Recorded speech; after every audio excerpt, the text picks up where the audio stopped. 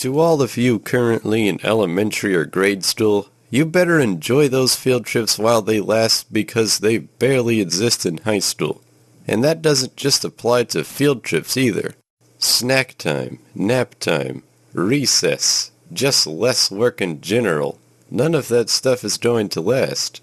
But I don't care. It's been forever since I've had a field trip and I just want to talk about them again. Although, I'm not actually sure why schools even have field trips. I mean, I'm not complaining, but it's not like they're educational. At least, not most of the time. One of the first field trips I remember going to was a glass factory. In 3rd grade. They let a bunch of little kids inside a glass factory. I understand that they probably had a lot of supervision, but that doesn't change the fact that they're still little kids. They're going to do something stupid, and when that happens, it's the glass factory and the school that gets in trouble. So, in an attempt to avoid absolute disaster, they separated us in 2 groups. I remembered that they separated me from everyone that I knew, which sucked, but besides that, I literally don't remember anything else about the trip. I was in 3rd grade, what do you expect? But not 10 years later in high school, I got to go on another field trip to yet another glass factory.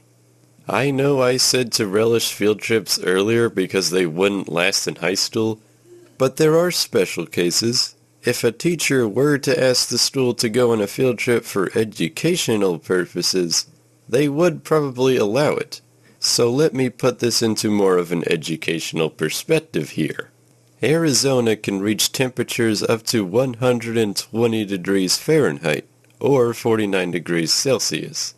And let me tell you, I would have rather lived my whole life in Arizona than a day in that factory. I don't know how the workers put up with that heat, but I swear it was so hot in there that when we went into a normal room, it felt freezing, and my back started to hurt. Although, it wasn't all bad, because they did let everyone take home as much glass as we wanted to at the end of the trip, so that was nice of them.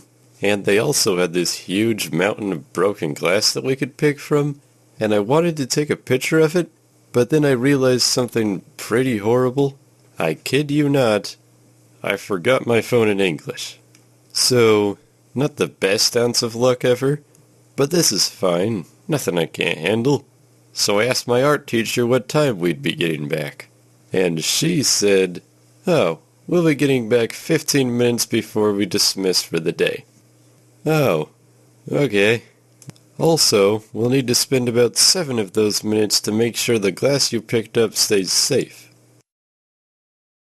So when I finally got back to English, my teacher said, "Why do you have a box? Glass? But that's not important. I think I left my phone in here, so..." And that was by far the weirdest interaction I've ever had with my English teacher.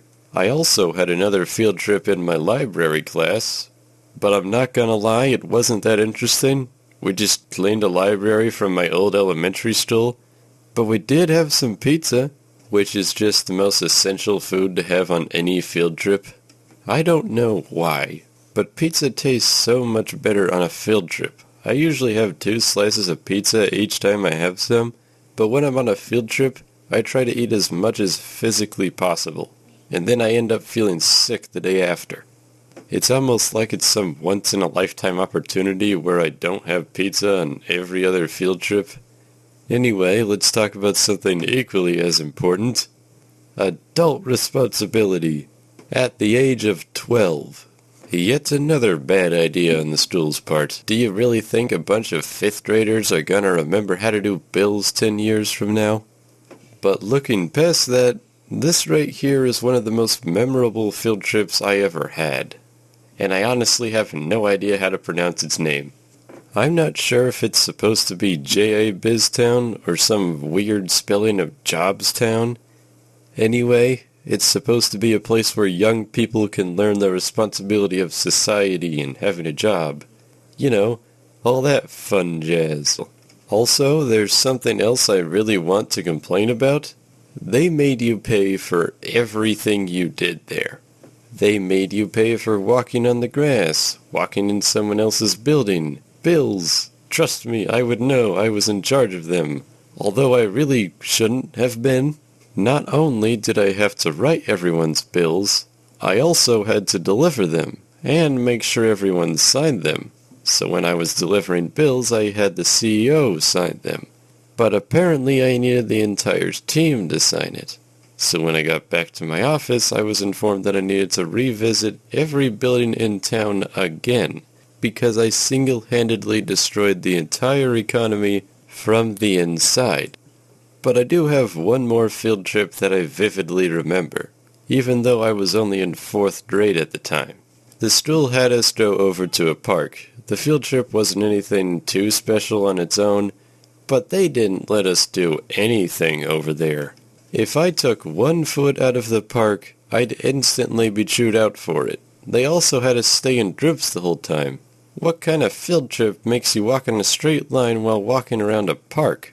Later on, when everyone sat down to have a snack, I unwrapped some Smarties, and a teacher came around to yell at me for not eating Smarties on a plate, because apparently it's unsanitary to eat Smarties out of the palm of your hand. And to this day, I'm still convinced that she stole my Smarties for herself. And that's the story of why I always have a snack at 2:30 p.m. every single day.